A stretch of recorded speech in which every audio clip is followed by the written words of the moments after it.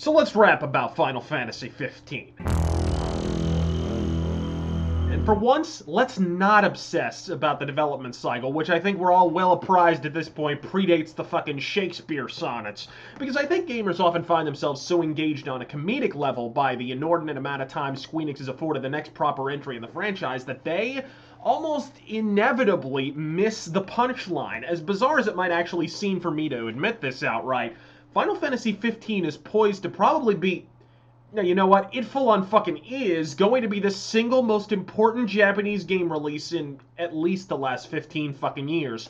For good and possibly for Jimmy Fallon's monologue bad. And believe it or not, the bad connotation is through no actual fault of their own. Look, I've expressed bemusement at how gamers in the West somehow, even to this day, treat Tokyo Game Show like the ascension of Christ. My reasons are simple. When you're watching 5 TGS trailers in succession, and all 5 games release and maybe sell 500,000 copies cumulatively, your show does not matter. But to understand why that is, you have to understand Japanese gaming in 2014. Tokyo Game Show doesn't matter in 2014 because as a consumer of console games, Japan doesn't matter in 2014. Not because America, fuck yeah, but because Japanese consumers willfully abdicated their position as foremost consumer of console hardware years previously in the highly profitable pursuit of mobile gaming. Hell, I last set foot on the Japanese mainland nearly, almost 8 years ago, and even then I remember being just blindsided by how heavily transitioned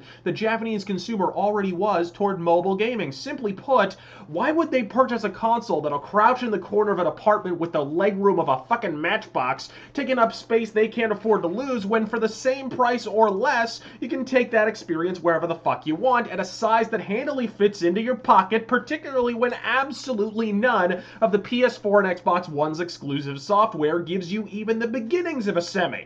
And so, they haven't.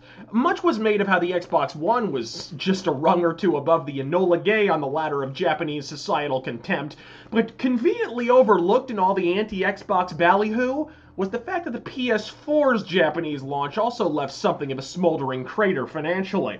Both consoles have just sort of been sitting there. Promise alone is selling them by the unbridled fuckload in the West, where we consume 3 square meals of baseless hype fucking daily. But in Japan, where the consumer has long since transitioned to a more portable, less expensive alternative with more appealing software to Japanese sensibilities anyways, well, the PS4, Xbox One, and Wii U are running unopposed in the asshole election this year. Japan's entire console industry is teetering near the brink, and only a massively popular and most importantly eminently fucking playable major console exclusive can hope to rejuvenate the Japanese foothold in the market. Which brings us once again to Final Fantasy 15. Perhaps more than any other single title in history, this one game could quite literally determine the long-term fortunes of an entire industry. If FF15 succeeds, the Japanese consumer has adequate incentive to invest in home consoles once again, briefly drawing their eyeballs away from the parade of upskirts on their smartphone and back to their television sets.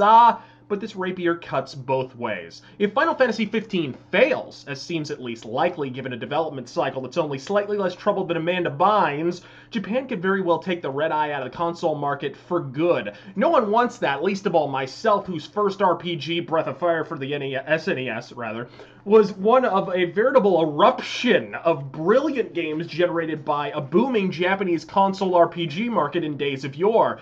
Good games in Japan are often just as fucking good when they come to the West, folks, provided Capcom isn't in charge of translating the fuckers. So here's the tricky bit.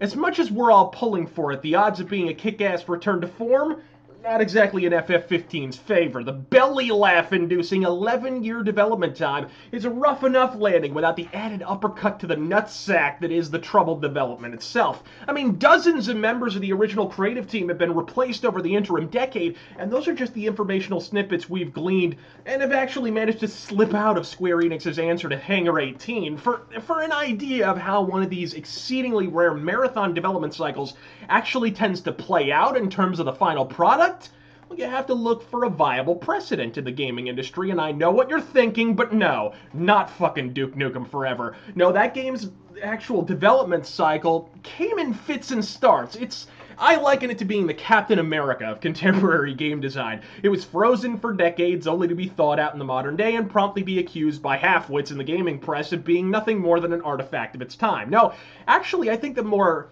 relevant precedent in modern game development can actually rather ironically be found in another Square Enix title, one which fans of my show will be intimately acquainted with, and that, of course, is Eidos Montreal's abject financial and critical catastrophe by the name of Thief 4. Though its 5-year dev time is less than half Final Fantasy XV's, the parallels between Thief and Square Enix's latest orgy of melodrama and asymmetrically over-designed clothing are terrifyingly profound. Both games were originally produced and visually designed by a completely different team. Both games featured high staff turnover, the appalling extent of which was kept largely hush-hush from the gaming press and public at large. And finally, both games, halfway through development, and this is very important, completely changed gaming platform.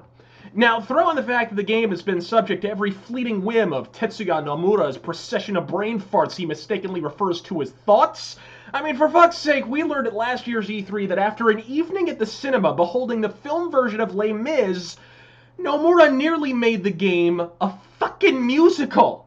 Now, thankfully, Nomura was overruled by Square Enix management, but may I humbly advance the suggestion that any human being who could actually remain seated in the same room as another human being, who is, with a straight face, mind you, demanding that Final fucking Fantasy be turned to a butt-fucking musical that doesn't immediately unholster an automag and fill him with more lead than a Chinese action figure, it needs to be so impossibly fucking detached from this franchise, he could easily be mistaken for fucking Mystic Quest. Nomura!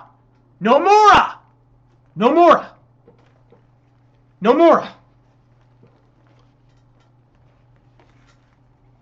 When Final Fantasy XV ultimately proves to be the death knell or savior of Japanese gaming, it is imperative that you fuck off! I'm Razorfist. God fucking speed.